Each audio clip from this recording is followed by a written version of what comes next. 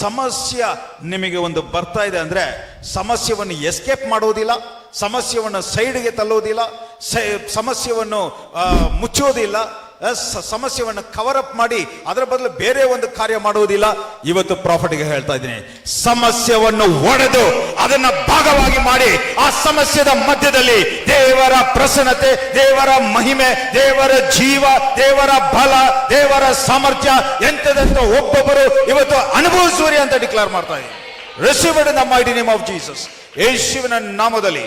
ಹಾಗಾದ್ರೆ ಇವತ್ತಿನ ಅದ್ಭುತದ ಡೆಫಿನೇಷನ್ ಏನಂತ ಹೇಳಿದ್ರೆ, ಸಮಸ್ಯೆ ಬರುವಾಗ ಸಮಸ್ಯೆಯನ್ನು ಎಸ್ಕೇಪ್ ಮಾಡೋದಲ್ಲ, ಸಮಸ್ಯೆಯನ್ನು ಓಡದು ಸಮಸ್ಯೆದ ಮಧ್ಯದಲ್ಲಿ ಜಯವಾಗಿ, ಆಶೀರ್ವಾದವಾಗಿ, ಪರಿಪೂರ್ಣವಾಗಿ, ತೃಪ್ತಿಯಾಗಿ ನೀವು ಅನುಭವಿಸುವ ಜೀವವೇ ಅದ್ಭುತ.